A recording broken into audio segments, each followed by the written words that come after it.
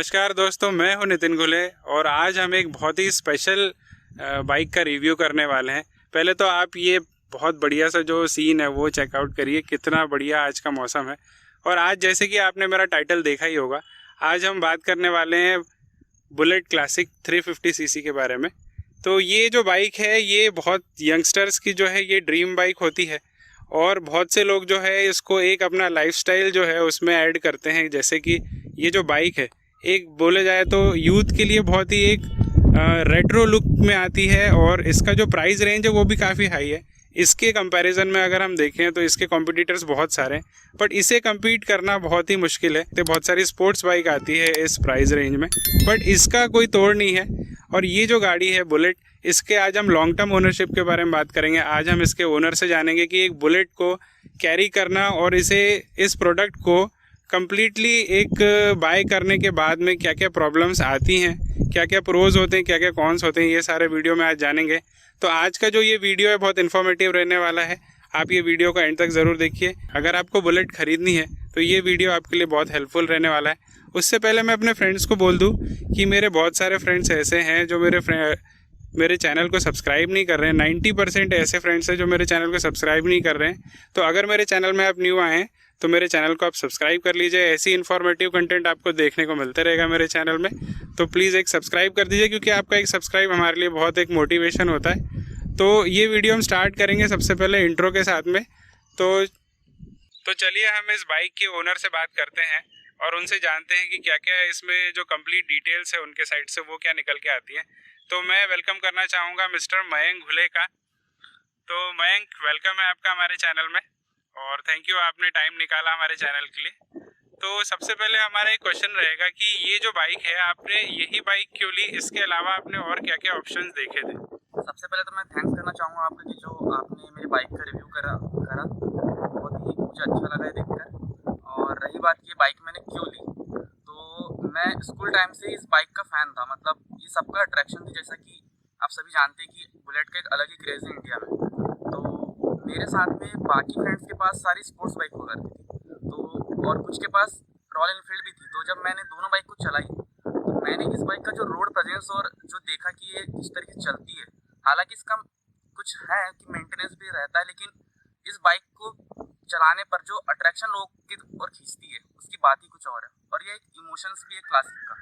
तो उस वजह से मैंने बाइक भी परचेज की और इसमें बहुत सारे ऑप्शन थे। तो मतलब ये बोल सकते हैं कि ये एक ड्रीम बाइक जैसे थी आपकी? हाँ, ये मेरी ड्रीम बाइक है।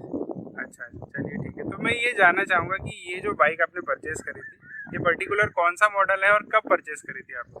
ये मैंने परचेज करी 2021 जनवरी में। इस बाइक का मॉडल है स्टील्ट ब्लैक। तो इसमें बहुत सारे कलर ऑप्शंस थे। पहले मुझे एक इसमें गन मेटल ग्रे कलर आता था, मुझे बहुत प्यारा था। लेकिन जब मैंने जैसे ही इस ब्लैक कलर को देखा तो मैं सब ठान ली कि बस मुझे यही लेना है। और यह सब टॉप ऑफ द मॉडल था क्लासिक का। अच्छा, तो ये क्या प्राइस रेंज में आपको आ गई ऑन रोड? मुझे उस टाइम यह ऑन रोड प्राइस पड़ी थी इसकी 2,17,000 पे। और विद एसेसरीज मुझे 2,22 की पड़ी थी। अच्छा, तो एसेसरीज में क्या क्या ऐड करवाया था आपने? मैंने एसेसरीज में ऐड कराया था यह हेडलाइट ग्रिल। अच्छा, इसका पूरा सेट आता है, ये जो इंडिकेटर ग्रिल के साथ में आती है। फिर ये लेग गार्ड बहुत ये मैंने कंपनी से ऑन किया था कि कंपनी का जो लेग गार्ड है वो सबसे अच्छा माना जाता है। मतलब आफ्टर मार्केट में कंपनी इतना अच्छा लेग गार्ड नहीं मिल पाता। तो मुझे भी बहुत लोगों ने बताया था कि कंपनी से इसे ऑन करना, तो मैंने वो फॉलो किया। उसके बाद तो ये बिल्ड क्वालिटी के इशू इसमें नहीं आते, ऐसा बोलना हाँ, चाहूँ? मतलब बिल्ड क्वालिटी नहीं आती। अगर आपकी गाड़ी वन साइड अगर हो भी गई तो लेग गार्ड आपको बहुत एक बचा देता है। और दूसरा फिर मैंने किया था सीट कवर, ये भी मैंने कंपनी से ऑन किया था। पर मैं कह सकता हूँ कि अगर आफ्टर मार्केट भी सच अच्छे ऑप्शंस थे, बट मेरे पास समय नहीं था, तो उस वजह से मैंने कंपनी से ऑन कर लिया। अच्छा, चलिए ठीक है। तो चलिए मैं एक जनरल वॉक अराउंड आपको देता हूँ कि 350 क्लासिक जो है ये स्टेल्थ ब्लैक कलर में आती है। देखने में आप देख सकते हैं एक मैट फिनिश जैसा इसमें कलर किया हुआ है, जो देखने में बहुत ही एक बढ़िया एक फील लाता है। और वाकई में ये कलर जो लिया है मिस्टर मयंक ने, ये एकदम आउट ऑफ द बॉक्स एक गाड़ी निकल के आती है। अब इसमें कम्प्लीटली आपको क्या क्या मिल जाता है तो वो मैं आपको एक बार दिखा देता हूँ। फ्रंट में अगर आप देखते हैं तो आपको जो हेडलाइट है वह हेलोजन मिल जाती है। दोनों टर्न इंडिकेटर्स भी हेलोजन के साथ में ही आते हैं सेटअप में। और ऊपर जो देखें एक पायलट एक लैंप दिए हुए हैं आपको, ये भी हेलोजन सेटअप के साथ में ही आते हैं। टायर प्रोफाइल की अगर बात करें तो आप यहाँ देख सकते हैं कि 90 बाई 90 R19 19 इंच के इसमें एलॉयज यूज़ हुए हैं।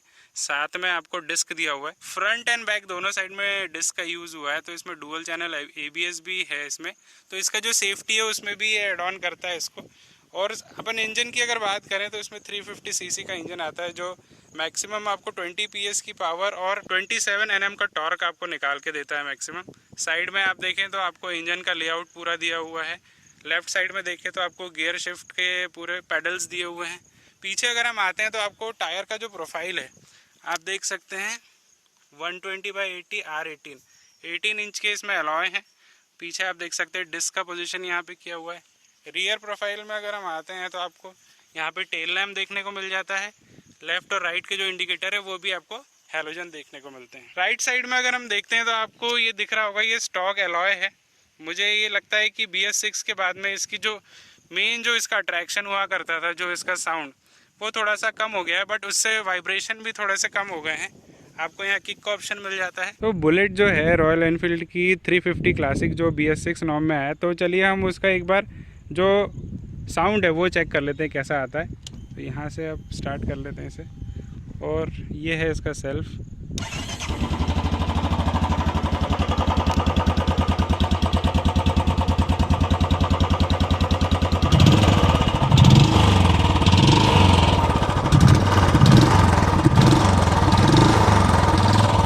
BS6 में जो यहाँ आप देख सकते हैं कैटेलिक कन्वर्टर भी इसमें ऐड किया हुआ है, तो ये भी जो है इसके नॉर्म्स के अकॉर्डिंग सब चीज़ें की है। फ्यूल टैंक की बात करें तो 13.5 लीटर का फ्यूल टैंक इसमें आता है। सीटिंग आप देख सकते हैं काफ़ी एक कंफर्टेबल सीटिंग है। बाकी हम जानेंगे कि ओनर को कैसा इसमें फ़ील हुआ है। यहाँ आप देख सकते हैं कि आपको मीटर का पोजीशन है जो एनालॉग है। साइड में आपको कोई भी फ्यूल इंडिकेटर की कोई भी ऑप्शन नहीं आते, खाली एक रिज़र्व का लाइट दिया हुआ है और एक इंजन चेक की लाइट। यहाँ पे आप देख सकते हैं गाड़ी की जो की है वो दी है बस। साथ में आप यहाँ पे देख सकते हैं स्विचेस का यहाँ पे अरेंजमेंट किया हुआ है। किल स्विच दिया हुआ है, यहाँ पे सेल्फ दिया हुआ है। लेफ्ट साइड में आप देख सकते हैं लाइट के कंट्रोल हैं, पास है, इंडिकेटर्स हैं और हॉर्न है। हॉर्न का भी यहाँ पे सेटअप किया हुआ है। बाकी ओवरऑल जो है ये निकल के आते हैं लुक्स इसके। और बुलेट क्लासिक 350 का जो इंजन है वो भी EFI टेक्नोलॉजी के साथ में आता है, जो कि ये इसे एक और फ्यूल एफिशिएंट बनाने में हेल्प करती है। तो इसका जो फ्यूल एफिशिएंसी है वो तो डायरेक्ट हम ओनर से ही जानेंगे कितना है।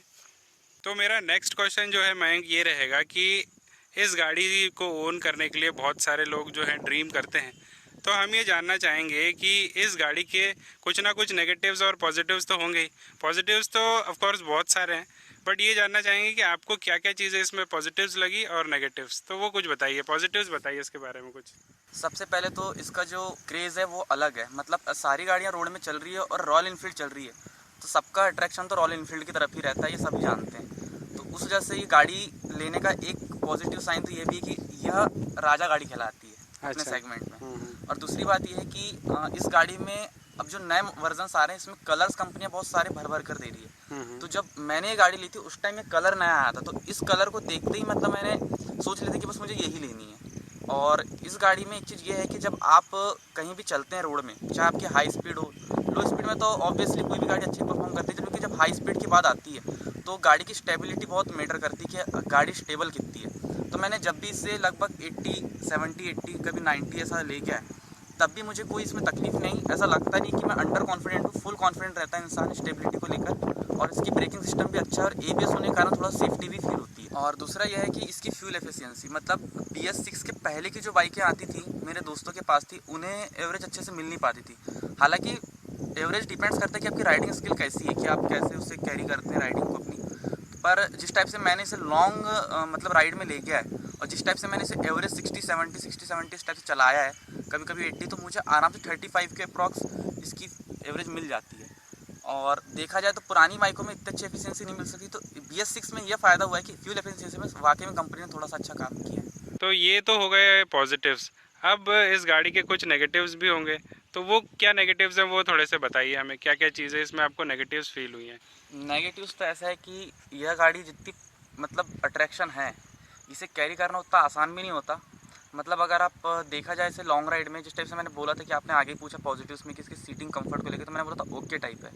पर अगर वाकई में अगर प्रैक्टिकली देखा जाए, ऐसा नहीं कि बाइक ले ली तो सिर्फ पॉजिटिव्स बताएं, क्योंकि नेगेटिव्स भी होते हैं, लोग को जानने के लिए आवश्यक करेक्ट। है। तो जब मैंने ये बाइक खरीदी और जब मैंने इसे लॉन्ग राइड में ले गया, तो स्टार्टिंग में तो मैं बहुत हैप्पी था कि बाइक को लेके कि मैं इसके सारे चीज़ों को अवॉइड करते जा रहा था। लेकिन धीरे धीरे जब मुझे समय होता गया तो मैंने फिर ना चीज़ों को जानना चालू किया कि वाकई में इसकी जो सीटिंग कैपेसिटी है, जो कंपनी ये वाली सीट देती है, यह सीट के हिसाब से मतलब आपको 18 किलोमीटर 20 किलोमीटर के बाद में ही आपकी मतलब पेन होना स्टार्ट हो जाता है। तो उस वजह से अगर हाँ, आप अगर बाद में आफ्टर मार्केट्स की सीटिंग चेंज करते हो, जो कि कराते हैं, कर सकते, तो वो चीज़ ज़्यादा अच्छी होती है। हालांकि मुझे ज़्यादा कंपनी के साथ जो गाड़ियाँ देती मुझे छेड़छाड़ करना पसंद नहीं, इस वजह से मैंने अभी तक चेंज नहीं कराई। लेकिन फ्यूचर शायद हो सकता है मे बी मैं करा लूँ, अगर मुझे लॉन्ग राइड पे ज़्यादातर बाइक चलानी हो तो।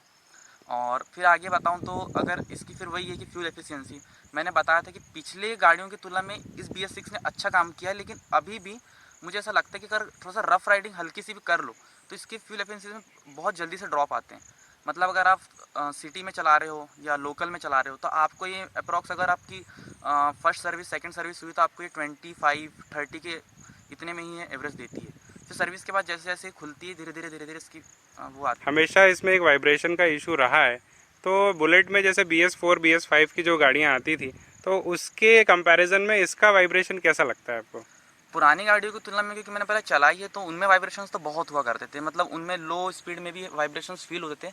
इसमें उतने लो इसमें तो होती नहीं, लेकिन जैसे आप थोड़ा सा 60-70 क्रॉस करोगे तो आपको वाइब्रेशंस फील होंगे, क्योंकि यह बाइक की बॉडी मेटलिक बॉडी है, पूरी मेटल से बनी हुई है, तो वाइब्रेशंस होना तो लाजमी है। बट हाँ, वाइब्रेशंस हैं, ये चीज़ को डिनाई नहीं कर सकता, वाइब्रेशंस तो हैं इस अगर गाड़ी अपन में। बोलें कि इंजन को ये लोग थोड़ा और ट्यून करें तो ये वाइब्रेशन कम हो सकते हैं, लेकिन हाँ, जिस टाइप से इनका भी एक और इनका एक अलग सेगमेंट है जो मीटियोर, जो पहले थंडरबर्ड के नाम से आता था। अगर आप उसे अगर आप चला के देखेंगे तो वाकई में उस गाड़ी में जो कंपनी ने काम किया है तो एक सेटिस्फाइड लगता है। हालांकि उसमें बॉडी को लेके बहुत सारे चेंजेस हैं, इसकी बॉडी अलग है, ये सेगमेंट अलग है, वो क्लासिक है, वो अलग सेगमेंट है। बट फिर भी देखा जाए तो इसमें वाकई में कंपनी को और बेहतर की जा सकती है। मुझे ऐसा लगता है वाइब्रेशंस को लेके कि अभी भी बहुत ज़रूरी है वाइब्रेशन। अच्छा, ये जैसे 221 की है, मतलब 2021 की ये गाड़ी है, तो इसके बाद के जो इसके फेसलिफ्ट आए हैं, तो उसको आपने कभी चलाया है? उसको कभी उसमें क्या क्या जो प्रॉब्लम आ रही है वो आपने कभी चेकआउट करी है? हाँ, मैंने 1-2 फ्रेंड्स की चलाई है। वैसे न्यू वाली जो आ रही है रिबॉन करके, जो भी लेटेस्ट में इसके जो निकाला है, तो उसमें तो वाइब्रेशंस कम है और बहुत सारी चीज़ें मैंने उतना लॉन्ग नहीं चला पाया था, मैं बता नहीं पाऊँगा। लेकिन अगर मैं इसकी बात करूँगा तो मुझे दिक्कतें तो आई थी। मतलब एक तो मुझे इसको मेंटेन करना इसके कलर के साथ, ये जो स्ट्रीट ब्लैक कलर है ये मैट ब्लैक में आता है, और इस कलर में बहुत जल्दी से ही मतलब स्क्रैचेस आने का डर रहता है और डस्ट बहुत जल्दी बैठती है ब्लैक कलर में। तो उस हिसाब से अगर देखा जाए तो आपको इसको डेली, अगर आप कहीं भी जा रहे हो तो आपको पहले पोंछना पड़ेगा, आने के बाद फिर से क्लीन करना पड़ेगा, आपको बाकायदा इसका ध्यान देना पड़ेगा। कई लोग इस पर इसमें एक सबसे बड़ा ड्रॉबैक ये था कि जब मैंने बाइक ऑन की थी तो मैंने भी बहुत सारा सर्च किया था, तो इसमें ड्रॉबैक मैंने सुना ये था कि इसका जो स्ट्रीट ब्लैक कलर है कंपनी ने अच्छे से नहीं दिया है। मतलब यह कलर अगर आप ज़्यादातर धूप में खड़ी रखते हैं इसे तो ये उड़ सकता है, मतलब फेडिंग का भी इशू है इसमें? है। और यह मैट से ग्लॉसी हो जाएगी, जब ग्लॉसी हो जाएगी तो आपका फिर मैट लेने का कोई मतलब नहीं रह जाता फिर। तो ये तो यार एक बहुत बड़ा इशू है, ये तो कंपनी का एक बहुत बड़ा एक डिसएडवांटेज बोलेंगे इस कलर को लेके, कि ये देखने में तो अच्छा लगता है, अगर फेड हो रहा है तो वो चीज़ अभी तो 1 साल 2 साल में अगर ये प्रॉब्लम नहीं देखने को मिलेगी, लॉन्ग टर्म में मुझे लगता है कि ये चीज़ें आने लगेगी। हाँ, फिर आप वही है कि आपको धूप में खड़ा नहीं करनी है, छाँव में हर जगह रखनी है। और दूसरी बात ये है कि आप ये करा सकते हैं कि इस पर आप एक ग्लॉसी को फाइल चढ़ती है, लेमिनेशन जिसे बोलते हैं, तो वो लगवा सकते हैं। और एक होता है सिरामिक कोटिंग। सिरामिक कोटिंग थोड़ी सी कॉस्टली रहती है पर वो भी सही है, आप जो जिसके साथ कंफर्ट हो। बट बाकी इसे कैरी करना इस कलर के साथ इतना इजी नहीं है। हालांकि एक अट्रैक्टिव तो बेस्ट है मेरे ख्याल से, मतलब मुझे तो पर्सनली बहुत अच्छी लगी थी अदर कलर की तुलना में, पर इसके ड्रॉबैक भी उतने ही हैं कि आपको बहुत ज़्यादा कैरी करनी पड़ती है। अच्छा, ये जो बाइक है इसमें आपको कुछ ऐसी चीज़ लगी है कि फीचर्स की जो कमी है, जैसे आजकल जो नई बाइक्स आ रही हैं कंपैरिजन में आपने भी देखा होगा, तो उसमें फीचर्स भर भर के आते हैं आजकल, बहुत सारे जो गिमिक फीचर बोलें जिसमें आपको इलेक्ट्रॉनिक फीचर्स भी बहुत सारे आते हैं, अभी की बाइक में कुछ चीज़ें ऐड कर दी, तो इसमें कुछ कमी आपको लगती है?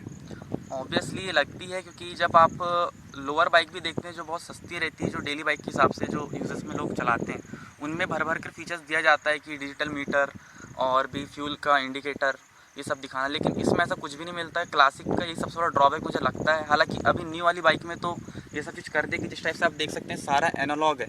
फ्यूल एफिशिएंसी के लिए सिर्फ खाली ये लाइट जलती है जब रिजर्व लगता है, और ये इंजन के लिए अगर इंजन में कोई फॉल्ट आता है वो लाइट जलेगी। लेकिन वही है कि अगर इसमें एक तो सबसे बड़ा ड्रॉबैक मुझे ये भी लगता है कि सेगमेंट के हिसाब से इसने जो पहले 15 लीटर में इसका टैंक आता था, इसने उसे हटाकर 13.5 कर दिया। उस वजह से जब आप लॉन्ग राइड में जाते हैं तो आपको एक अंदर से डर बना रहता है कि अगर रिजर्व की लाइट जल गई तो आपको फट से फ्यूल डलवाना ही पड़ेगा, क्योंकि इसका एवरेज के हिसाब से देखा जाए तो फ्यूल टैंक छोटा दिया हुआ है। तो ये चीज़ थोड़ा कंपनी ने मुझे ऐसा लगता है कि गलत की है। मतलब अगर लॉन्ग क्रूज़र बाइक अगर वो लोग इसको बोल रहे हैं तो फ्यूल टैंक की जो कैपेसिटी है उसको थोड़ा सा बढ़ाना चाहिए था, क्योंकि अगर ऐसा होता है कि कभी आप लॉन्ग राइड में लेके गए, कभी हो सकता है कि आपको रिज़र्व ऐसी जगह आ जाए, आपको पता ही नहीं है कि कितना फ्यूल कैरी कर रहे हैं आप, और आपके आसपास अगर फ्यूल टैंक का जो पेट्रोल पंप है वो नहीं है तो आप अपने फ्यूल को रिफ़िल नहीं करवा पाएंगे। तो ये एक इशू तो है वैसे। हाँ जी, बिल्कुल, ये तो है ही। मतलब फ्यूल टैंक को लेके तो है कि फ्यूल टैंक के साथ कंपनी साथ हो सकता है कि आगे कुछ काम करे तो बढ़ा दें, क्योंकि लॉन्ग टर्म में ये गाड़ी फ्यूल को लेके तो सही नहीं। एक नेगेटिव मुझे सबसे मेजर इसमें अभी तक आया था, शायद ये हर किसी के साथ नहीं आता, लेकिन जनरली BS6 के बाइक्स में ये देखने को बहुत ज़्यादा मिला, क्योंकि मेरे साथ नहीं, बहुतों के साथ भी ये चीज़ हुई थी। वो यह हुई थी कि जब मुझे फर्स्ट सर्विस के बाद मैंने जब इसे हाई स्पीड में ले जाना चालू किया तो गाड़ी में मिसिंग की प्रॉब्लम आई। तो मुझे स्टार्टिंग में लगा कि शायद पेट्रोल की टैंक में थोड़ा सा पानी चले गया हो तो उस वजह से होगी, तो मैंने उसे अवॉइड किया। लेकिन धीरे धीरे ये चीज़ नोटिस होने लायक चीज़ बन गई, तो फिर मैं इससे परेशान भी हुआ। तो फिर मैंने सोचा कि जब मैंने इतनी महंगी प्राइसिंग इस गाड़ी की पेड की है और ये सब चीज़ किया है तो मुझे ये फॉल्ट आने नहीं चाहिए। मैं शोरूम में गया, मैंने उनसे बहुत ज़्यादा मतलब मैंने उन्हें चिल्लाया भी कि ऐसा क्यों, आपने इतनी अच्छी बाइक दी और सब चीज़ हो रहा है। तो फिर उन्होंने बोला कि शायद हो सकता है आपके फ्यूल पंप में थोड़ा सा सेंसर के उसमें काम आएगा। तो हालांकि सेंसर वाली गाड़ियाँ आती सारी, तो इनमें सब मशीन के सही सब काम हो जाता है। उन्होंने देखे भी इंजन लगा के, तो कुछ फॉल्ट समझ ही नहीं आ रहा था, क्योंकि कंप्यूटर में कुछ भी शो नहीं कर रहा था कि आपके बाइक में कुछ फॉल्ट है। लेकिन फिर उन्होंने बोला कि कुछ नहीं होता, सब नॉर्मल। उन्होंने थोड़ा बहुत चेक करके दिया तो फिर अच्छी चली। लेकिन फिर वही कुछ दिन बाद फिर सेम चीज़ें आना चालू हो गई। तो मैं इसे लेकर लगभग 6 मंथ बहुत परेशान रहा। मैंने अलग अलग शोरूम्स में ट्राई किया, क्योंकि जिस शोरूम में मैं सर्विस करा था वहाँ पे मशीनें उपलब्ध नहीं थी। तो फिर मैंने अदर्स सिटी में जाके इसको दिखाया, लेकिन मुझे परमानेंट उसका इलाज नहीं मिला। फिर धीरे धीरे जैसे मैं इससे परेशान होता गया, फिर मैंने जाके ना बाइक उनके पास दे दी। फिर उन्होंने ये बोला कि हो सकता है इसके रिले में प्रॉब्लम आई हो, तो उन्होंने अपना कंपनी का रिले, मेरे जो रिले आता है बाइक में उसको चेंज करके जो उनका टेस्टिंग वाला रिले रहता है मुझे वो लगा के दिया। तो तब से अभी तक तो मुझे फॉल्ट तो नहीं आया। मतलब एक बार में जो आपका प्रॉब्लम था वो सॉर्ट आउट नहीं हो पाया था, बार बार आपको उनसे फॉलोअप लेना पड़ा, हाँ बार बार जाके उनको बोलना पड़ा, तब जाके हुआ। हाँ, क्योंकि वो चीज़ पकड़ा ही नहीं रही थी कि प्रॉब्लम क्या है, क्योंकि ना कंप्यूटर में शो हो रहा था कि बाइक में फॉल्ट क्या है, और ना मैकेनिक्स समझ पा रहे थे। लेकिन जब बाद में समझ में आया कि एक बार रिले चेंज करा के देखा जाए तो फिर उसके बाद। तो ये पर्टिकुलर BS6 वाली जो बुलेट है इसमें प्रॉब्लम आया था या कैसा था? और भी कुछ ओनर्स थे, आप किसी के बात हो पाई आपसे किसी से? हाँ, जब मैं इसे भंडारा लेकर गया था सर्विस सेंटर में, तो वहाँ पे जब मैंने इस बाइक को ले गया तो वहाँ पे 2 बाइक BS6 की पहले से थी। तो उनके साथ भी ऑनर्स जब वहाँ पे बैठे हुए तो मैंने उनसे बात की, तो उनका भी यही कहना था कि हमारे साथ भी यही फॉल्ट आया है। तो ये देखा जा सकता है कि BS6 में जो अर्ली जो बाइक्स आई थी उनके साथ में ड्रॉबैक था। शायद हो सकता है कंपनी ने सही से उसमें काम नहीं किया हो या जो भी किया हो, लेकिन उसमें ड्रॉबैक था। लेकिन बाद की बाइक जो उसकी पहले की बाइक थी उसमें सेंसर वगैरह तो नहीं आते थे BS4 में, तो वो बाइक तो नॉर्मल थी, उनमें उतना फ़र्क नहीं पड़ता था, आप उन्हें लोकल में भी दिखा सकते थे। लेकिन ये सेंसर वाली बाइक होने के कारण आप इन्हें लोकल में भी दिखा नहीं सकते, क्योंकि सारा काम इसमें कंप्यूटराइज रहता है कि सारा चीज़ जो भी फॉल्ट है गाड़ी का वो कंप्यूटर में दिख जाता है इंजन से रिगार्डिंग। तो जैसे कि आपने इस बाइक में बहुत सारे जो प्रॉब्लम्स है वो फेस किए हैं, बट इस गाड़ी को लेके क्रेज़ तो कभी भी कम हुआ नहीं है। तो जैसे आपने ये प्रॉब्लम सारे फेस किए हैं उसके बाद में भी क्या आप ये बाइक किसी को रेकमेंड करते हैं या रेकमेंड करेंगे इसको? मैं ये कहना चाहूँगा कि आपका पर्पस क्या है गाड़ी लेने का। सबसे पहले तो ये कि आप किस कारण से गाड़ी लेना चाहते हैं। अदरवाइज़ अगर आप इस सेगमेंट में जाते हैं लेना, तो ऑब्वियस आप देख सकते हैं कि गाड़ी बहुत अच्छी है, और इस गाड़ी में चाहे कितनी खामियाँ हो, लेकिन ये गाड़ी का मैं बहुत बड़ा फ़ैन रहा। तो मैंने सारी चीज़ को अवॉइड करी। इस गाड़ी के प्रति मेरा प्रेम इतना अच्छा था कि मैंने सब चीज़ इसमें काम किया, कराया, चाहे मुझे मेहनत लगी हो। लेकिन इस गाड़ी को लेकर जो मैं पैशनेट था, तो मैं सारी चीज़ अवॉइड करते गया। तो अगर आप भी पैशनेट हैं और अगर आप चाहते हैं कि आपको रॉयल इनफील्ड ही चाहिए, तो आप ऑब्वियस ले सकते हैं। नई गाड़ियों में इतनी फॉल्ट्स नहीं है, और गाड़ी वाकई में मतलब वैल्यू फॉर मनी है। कुछ कुछ चीज़ में नहीं भी है, लेकिन डिपेंड्स करता है कि आप इस बाइक को लेके क्या नज़रिया रखें। और एक बात ये भी रहती है कि कस्टमाइज़ भी आप बहुत सारी चीज़ें इसमें कर सकते हैं, आपको कंपनी ऑप्शन देती है। हाँ और इसकी फ़ैन फॉलोइंग तो मुझे नहीं लगता कि छोटे मोटे प्रॉब्लम के वजह से कम हो जाएगी, ये बात सही है आपकी। तो चलिए ठीक है, हम आपकी बातें बिल्कुल समझ गए हैं, और सारे जो व्यूवर्स हैं जो देख रहे होंगे ऑलमोस्ट, मुझे लगता है कि उनको भी चीज़ें सारी अब क्लियर हो गई होंगी। तो चलिए, थैंक यू सो मच, आपने जो टाइम निकाला और वैल्यूएबल हमको इन्फॉर्मेशन दी। तो यही था आज का वीडियो। तो ये वीडियो में मुझे लगता है कि सारी चीज़ें मैंने अभी कवर कर ली है, और ओनर्स का जो एक्सपीरियंस था वो भी उनने अपना बहुत अच्छे तरीके से बताया। बहुत ही मतलब उनका जो क्लियरिटी थी बाइक को लेके, वो सारी चीज़ें उनने बहुत अच्छे से एक्सप्लेन करी। तो मैं सभी को ये बोलना चाहूँगा कि अगर ये वीडियो आपको अच्छा लगा हो तो प्लीज़ इसे एक लाइक कर देना, शेयर कर देना अपने फ्रेंड्स के साथ, और सब्सक्राइब कर देना मेरे चैनल को। Thank you so much. जय हिंद।